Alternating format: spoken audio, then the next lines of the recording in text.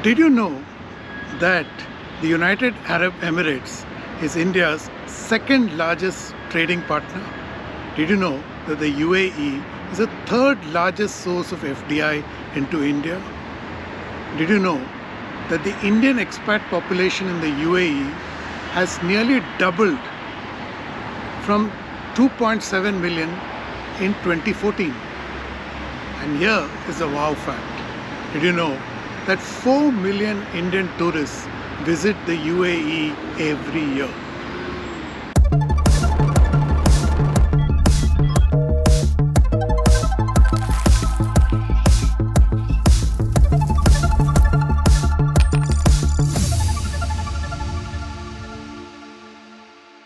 Hello and welcome to another edition of Capital Calculus. I am your host Anil Padmanabhan. Little over a week ago, Prime Minister Narendra Modi concluded what was his 7th visit in 9 years to the United Arab Emirates. Prior to this, the last Indian Prime Minister to visit the UAE was Indira Gandhi in 1981. This decades of diplomatic neglect is baffling, to say the least, especially since the UAE and the region in general are critical to India's energy security. At the same time, the region is also home to a lot of Indian expats. In the case of UAE, it is home to 3.7 million Indians. More importantly, the question is whether the PM has been able to make up lost ground in the last 9 years that he has pursued this makeover in this relationship. To answer all this and more, I spoke to Sunjay Sudhir. He is India's ambassador to the United Arab Emirates and someone who has worked very closely with this makeover and has enjoyed a ringside view of these changing circumstances. As I pointed out in the introduction, Prime Minister Narendra Modi was the first Indian PM to visit the UAE in 34 years. I was curious to know whether in the 7 subsequent trips that he has made to this country, whether India has been able to make up the lost time. Well, I would say that India has more than made up for the lost time because you're right. There was a gap of about 34 years. Actually, the previous visit was in 1981 by the then Prime Minister, Ms. Indira Gandhi, in 1981. And then it was Prime Minister Modi visiting the UAE in 2015. And since then, as you rightly said, there have been 7 visits of Prime Minister to the UAE. And that makes the UAE the second most visited country for Prime Minister. And in this time, there have also been 4 visits by the UAE President, His Highness Sheikh Mohammed bin Zayed, to India. Actually, if you look at just the last 8 months, Prime Minister has visited thrice. There is also a very strong chemistry between the two leaders. And actually, if you see this rapid transformation in this relationship, it has been driven by the leaders themselves. Right from the signing of the Comprehensive Strategic Partnership Agreement in 2017, when His Highness Sheikh Mohammed bin Zayed was our chief guest at our Republic Day, down to, say, the vision statement, unveiling the vision statement in February 2022, which provides some kind of a roadmap for our relationship for the future. This relationship has been guided by the leaders, by the vision of the leaders, and it is diversified in so many new areas. And you'll also note a mutually very special treatment which India and the UAE have been sort of according to each other. For instance, when India was the chair of G20 last year, India invited the UAE as one of the special invitees. And at the same time, if you look at COP28, Prime Minister was actually the only world leader to speak at the ceremonial welcome plenary of COP28. I think these are very, very special things which have been happening in the recent years. What is it? Can you just fill us up? I mean, how is it that they struck such a good chemistry between each other? I think to strike the right chemistry is a hallmark of Prime Minister Modi, and also a hallmark of the UAE President, His Highness Sheikh Mohammed bin Zayed.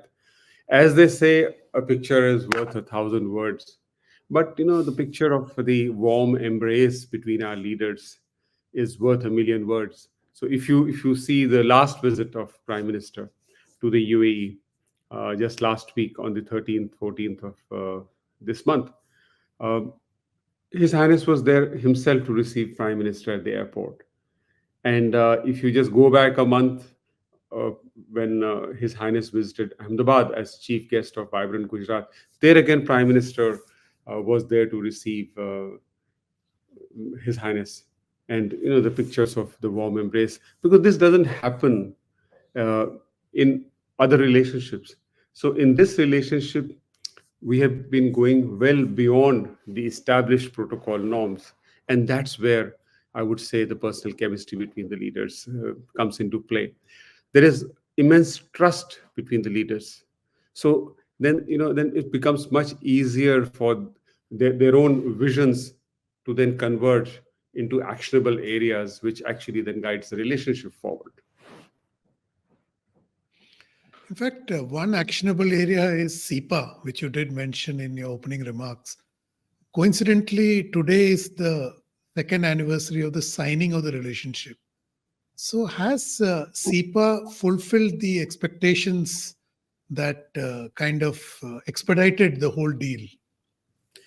Well, SEPA certainly has been a milestone in our bilateral relationship. So if you just wind the clock back to exactly 2 years, yeah, you're right. SEPA was signed on the 22nd of February, 2022. Uh, SEPA was a milestone, I think, both for India and for the UAE. For India, it was the first SEPA ever with any country in the Middle East. For the UAE, it was their first SEPA ever with any country anywhere in the world. And after that, of course, UAE has signed a few more SEPAs with other countries in the region and beyond. But this was a very historic SEPA also because this was negotiated in 88 days flat, which is a very, very short time. And that again reflects the kind of trust, the mutual trust which we have with each other. So it has been a milestone, and I think it has worked very well for both countries. Trade has both deepened and has diversified. India is the UAE's second largest trading partner. The UAE is India's third largest trading partner, and also our second top export destination. If you look at the first year of progress in SEPA, trade has got boosted to about $85 billion, and there was a clear hike of about 16% in the first year. So if you compare overall trade relationships, say from the financial year 13-14, where trade was just about $59 billion. Today, it's at a very impressive $85 billion.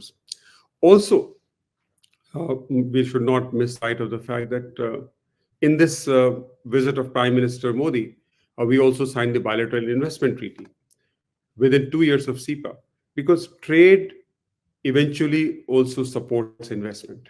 So they both go hand in hand. And when we signed the BIT with the UAE last week, actually UAE became the only country with which India has both a SEPA and a BIT. UAE has already been a major trading partner and trade and investment partner for India. We are very confident that BIT will further lead to uh, increase in investments. In fact, again, investment also has shown very impressive figures. In our financial year 2022-23, UAE was the fourth largest source of FDI at about $3.4 billion, and the seventh largest overall FDI source for India. Again, going back about a month when His Highness visited Ahmedabad as chief guest of Vibrant Gujarat, one of the key announcements there was their largest sovereign wealth fund, ADIA, opening an office in Gift City. Now, moves like this and the three MOUs which were signed for investments in innovative healthcare, renewables, food parks during that visit, again will lead to more investments. One one area of investment which also stands out is that UAE has been very forthcoming in considering investing in Jammu and Kashmir. There are several projects in the pipeline with MR, Lulu Group, with DP World. Uh, so these are very significant things in terms of investments. Ambassador, is there a timeline for the investments in Jammu Kashmir? Well, they have been moving very well. MR, which is one of the leading real estate giants of the UAE, already has a lot of investments in India. But for them to move into solid investments in Jammu and Kashmir is a big thing. So they are already in the process of making big shopping malls there, developing real estate there. These things are happening. They're in the pipeline. So, which is basically also a big signal to the world that Kashmir is no longer what it was perceived to be earlier, right? Yeah, I think that reality should be brought to the notice of the world. And this is how things will get noticed. Today, the UAE, which is also, as you know, a trading hub for this part of the world and also beyond, is importing a lot of stuff from Jammu and Kashmir. So on the shelves of supermarkets here, you will see apples from Kashmir, you will see saffron from Kashmir. So these are things which are already happening. Ambassador, if we take a step back over the, say, last 7 years, India is, of course, established very deep relationships with the United Arab Emirates, but it's also pursuing similar relationships with other countries in West Asia. So, the seeming subtext seems to be to restore the primacy of the Arabian Sea region. How do you see this impacting global polity? Well, I think that's a very important point you have raised. Uh, West Asia or the Middle East or GCC, whichever way you look at it, is something which really is now getting the attention it deserves. Uh, if you look at the engagement which has happened, you've already mentioned the 7 visits of Prime Minister to the UAE. But UAE is not alone in this, although the number of visits here has been very high as compared to other countries. But Prime Minister has visited other countries. In fact, in his last visit to the UAE, it was coupled with a visit to Qatar. Previously, he has visited Saudi Arabia. He's visited other countries in this part of the world. There has been very recently a visit by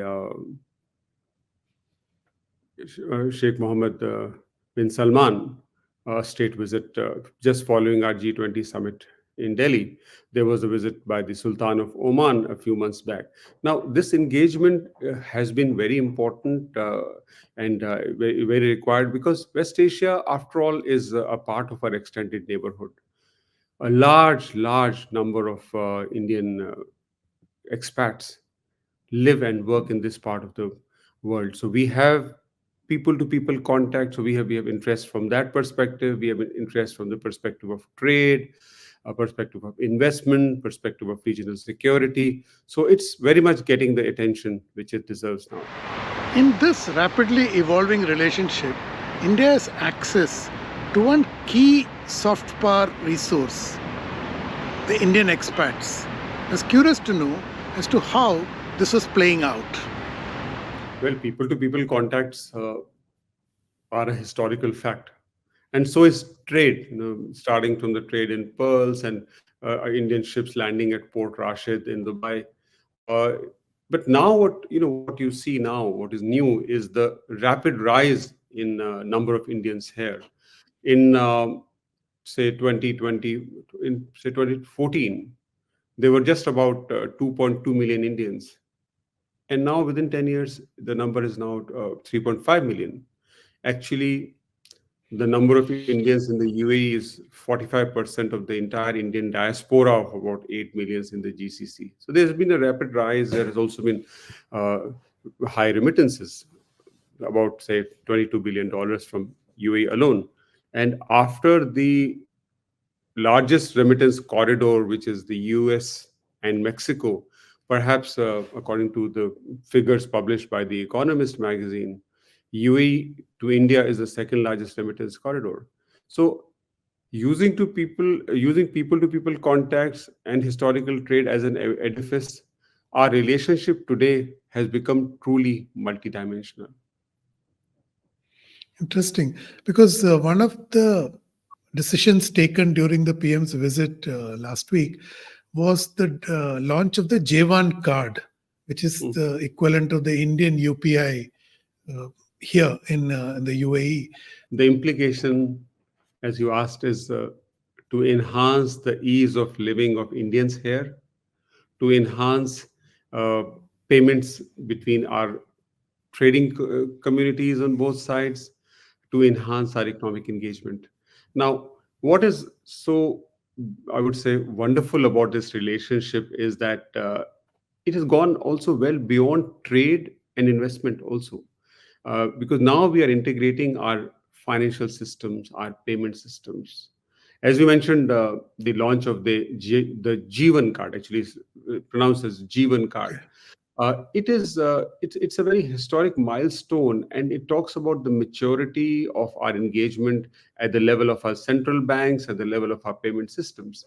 So what you saw during the visit was the launch of the Jeevan card, the Jeevan debit and credit card, and a transaction was done by His Highness Sheikh Mohammed bin Zayed himself in the presence of Prime Minister.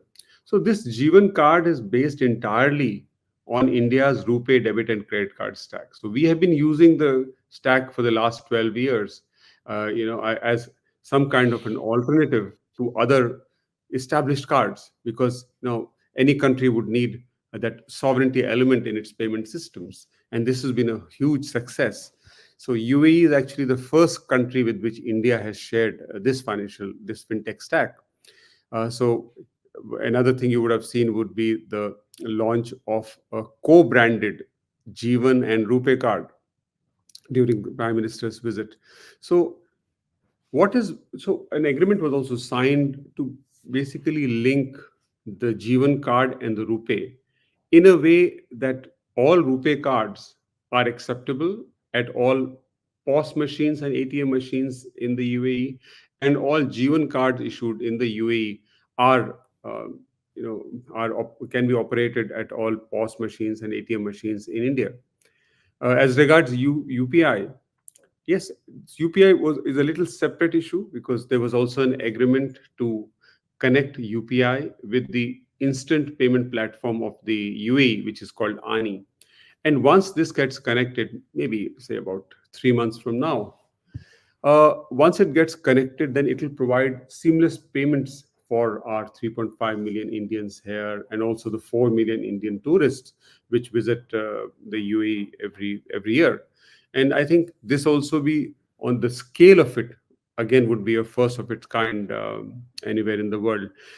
So the way somebody in Delhi could make a payment to somebody in Kochi or Mumbai would then be the same ease with which somebody could transact between Delhi and Dubai, or Delhi or Abu Dhabi. So, this is the kind of thing which we are moving to. And if you recall Prime Minister's visit in July, at that time, a very important mechanism was signed, which was for settlement of trade in local currencies. Now, that again provides us, as in the two countries, an option to transact trade in Indian rupees and UAE dirham. And after that, there's been an oil transaction, gold transaction, food transactions done using our own currencies. So this is something which is very fundamental, which is happening. A key building block in developing the Arabian Sea region is the IMEEC, or the India, Middle East, Europe Economic Corridor, which proposes to connect India to Europe through the Arabian Sea region. This deal was inked on the sidelines of the G20 summit last year. I was curious to know whether the breakout of conflict in West Asia had put this project on the back burner. Well, the fact that our two countries signed the framework agreement is a very clear signal that we will not be deterred by what's happening in the region. Obviously, things will improve with the participation, contribution of countries involved.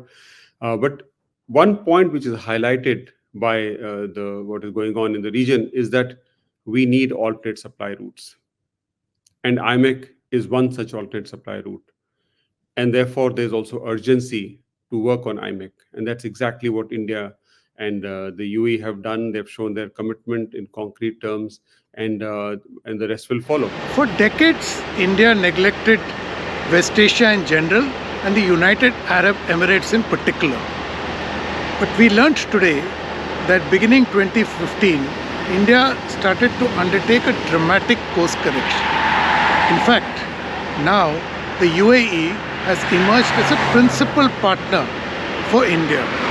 Together, the two countries are seeking to revive the primacy of the Arabian Sea region. In this, India has one added asset. Its expats based here and the 4 million who visit the UAE annually. Hopefully, this combination of soft power and hard power will enable India to achieve the desired milestones. For starters, it has broken the ice with this region, and now the catchphrase here is Marhaba India. In Arabic, it means welcome India. Thank you for watching. Don't forget to subscribe to StratNewsGlobal on YouTube. Hit the bell icon so that you don't miss any updates. And please do share your thoughts, ideas and suggestions with us.